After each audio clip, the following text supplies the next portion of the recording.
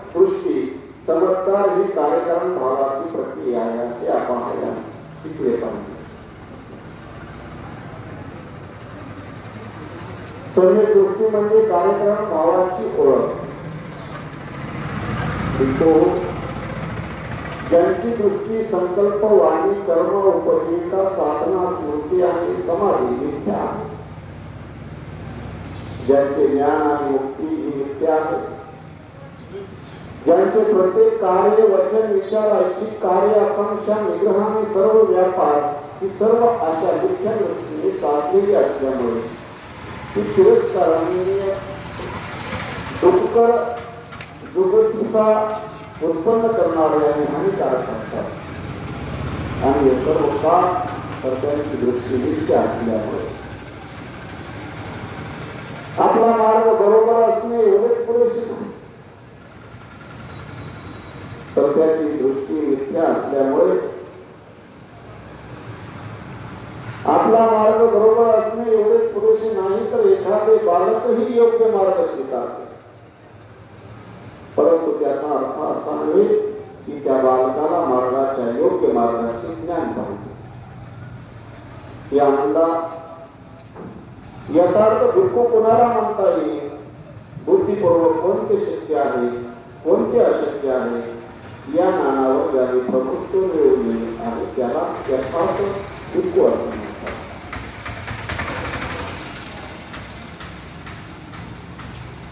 भगवान बुद्धांनी सम्यक दृष्टी याला खूप महत्व दिलेलं आहे. त्यानंतर आहे मृत्यूत्तर जीवनाची चिंता कशाला करा. बऱ्याचशा लोकांना आपल्या मृत्यूच्या नंतर मी काही गोष्टी कराव्याशा वाटतात.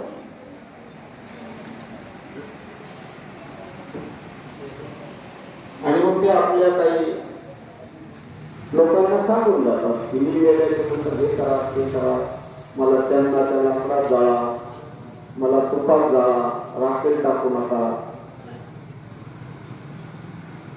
मग अशा काही गोष्टी सांगून जातात आणि त्या आपल्याला कराव्या. परंतु बुद्ध म्हणतात की मृत्यूत्तर जीवनाची चिंता कशाला करायची, तर मेल्याच्या नंतर काय होईल ते सांग.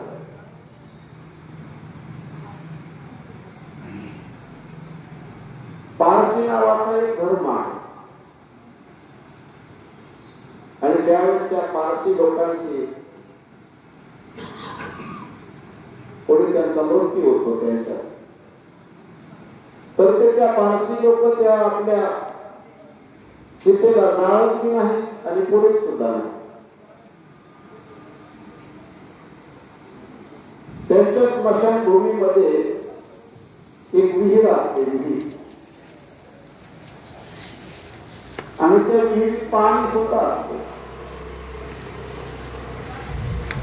आणि त्या विहिरीवरती एक जाळी टाकलेली असते. विहिरीवरती जाळी असते आणि त्या जाळीवरती ती चिता नेऊन टाकल्या जाते, ती बॉडी नेऊन टाकल्या जाते. आणि मग ज्यावेळेस ती बॉडी आतमध्ये नेऊन टाकतात त्यावेळेस त्या ठिकाणचे जे काही प्राणी पक्षी आहेत, मग गिधाड असतील, कावळे असतील, जे जे प्राणी मांस खातात ते त्या मांस खातात. आणि जे काही खाली सरून खाली पडतं विहिरीमध्ये, तर त्या विहिरीमध्ये काही पाण्यातले प्राणी असतात, म्हणजे मासे म्हणा, कासव म्हणा. ही विहीर त्यांची मोठी असते. म्हणजे त्यांना असं वाटतं की आम्ही मेल्याच्या नंतर आमच्या बॉडीला जाळण्यापेक्षा आणि पुरण्यापेक्षा जर त्याचं मांस एखाद्या प्राण्याला जर खायला मिळालं तर काय फरक पडला. ही त्यांची प्रथा आहे. म्हणून बुद्धांच्या नंतर काही लोक म्हणतात की मृत्यू, बुद्ध असं म्हणतात की मृत्यू तर जीवनाची चिंता कशाला करायची? एके समय स्थवीर महाकश्यप आणि स्थवीर सारीपुत्र हे बनारस जवळच्या ईशिपतन मधील गोरखामध्ये राहत होते. त्यावेळी स्थवीर सारीपुत्र सायंकाळी आपला एकांत संपून स्थवीर महाकश्यप यांच्या जवळ जाऊन बसले. अशा रीतीने बसल्यावर स्थवीर सारीपुत्रांनी महाकश्यपाला प्रश्न केला की मित्रा कश्यप, मृत्यूतर तथागतांना अस्तित्व असते का? त्यावेळी तथागतांना मृत्यूतर अस्तित्व असते किंवा नाही या संबंधी तथागतांनी काही सांगितलेले नाही. मग मित्रा, तथागतांना मरणोत्तर अस्तित्व असते का आणि अस्तित्व नसते अशा दोन्ही गोष्टी मानावयाच्या काय? त्यावेळी मित्रा, हे सुद्धा तथागतांनी म्हटलेले नाही. तर मग मित्रा, तथागतांना मरणोत्तर अस्तित्व नाही अथवा नाही असेही नाही असे म्हणावयाचे काय हे सुद्धा तथागतांनी म्हटले नाही. मित्रा, हे तथागतांनी का म्हटलेले नाही? कारण हा प्रश्न मानवतेच्या हिताशी किंवा श्रेष्ठ जीवनाच्या तत्वाशी संलग्न नाही. तो प्रश्न आत्माला प्रज्ञा किंवा निब्बाण यापैकी काही साधून देत नाही आणि म्हणून तथागतांनी या प्रश्नाचे उत्तर दिलेले नाही. देवाची प्रार्थना किंवा त्याचे आवाहन करणे ही व्यर्थ आहे. एकदा तथागत वशिष्ठांना उद्देशून म्हणाले, अचिरवर नदी पुराने भरून दुथडी वाहत असताना आणि ज्याला पैल तीरावरती काही काम आहे तो तिथे आला आणि त्याला पलीकडे जायचे असेल आणि तो या काठावर उभा राहून पैल तीराला उद्देशून बोलू लागला की हे पैल तीरा इथे या बाजूला आहे. तर हे वशिष्ठा या अचिरवतीचे पैल तीर त्या माणसाच्या प्रार्थनेने आणि आवाहनाने अशा करण्याने आणि स्तुती करण्याने त्याच्या जवळ येईल काय?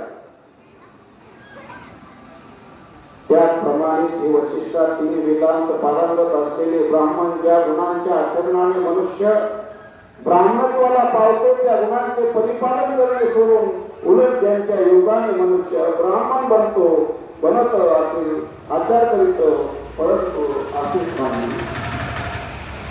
इंद्रा, तुला आम्ही आवाहन करीत आहोत. ब्रह्मा, तुला आम्ही आवाहन करीत आहोत. ईशान्य, तुला आम्ही आवाहन करीत आहोत. प्रजापती, तुला आम्ही आवाहन करीत आहोत. तर वशिष्ठा, हे ब्राह्मण आपल्या आवाहनाने प्रार्थनेने आशा करण्याने आणि स्तुती करण्याने आपल्या मृत्यूतर ब्राह्म बरोबर एकरूप होतील काय? आणि बरोबर असे कधीच होणार नाही. वशिष्ठ अन्न सेवनाने मनुष्य पवित्र होत नाही. एकदा एक ब्राह्मण तथागतांना भेटला आणि त्याने त्यांच्या जवळ अन्नाचा माणसांच्या शिरावर होणाऱ्या परिणामाचा प्रश्न काढला. तो ब्राह्मण म्हणाला, ज्वारी, ताड आणि माड यांची फळे, डाळी, कंदमुळे आणि अंकुर हे अन्न सदाचरणाचे मिळून सेवन केल्याने चांगले जीवन जगण्यास प्रेरणा मिळते. मृत मांस खाणे वाईट आहे. यावर तथागतांनी उत्तर केले की तू म्हणतोस की आपण पक्ष्याच्या मांसाची निवड पक्वाने खातो आणि मृत मांसाला स्पर्श करीत नाही, तर मग तू मृत मांसाची व्याख्या कशी करतो? हत्या करणे, शरीर उद्रूप करणे, मार देणे, बांधून ठेवणे, चोरी करणे, खोटे बोलणे, बनावट गोष्टी करणे, कपट व्यभिचार करणे ही सर्व मृत मांस भोजनीच आहे. मांस भोजन नव्हे.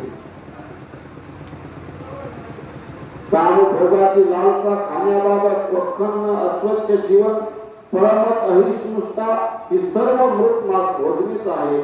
मांस भोजन नव्हे. कोणाचीही त्यांच्या मागून निंदा करणे, कोरे, विश्वासघात, अनिर्व्य, सर्व शूद्र कृपान ही मृत मांस भोजने आहेत. मांस भोजने नाही.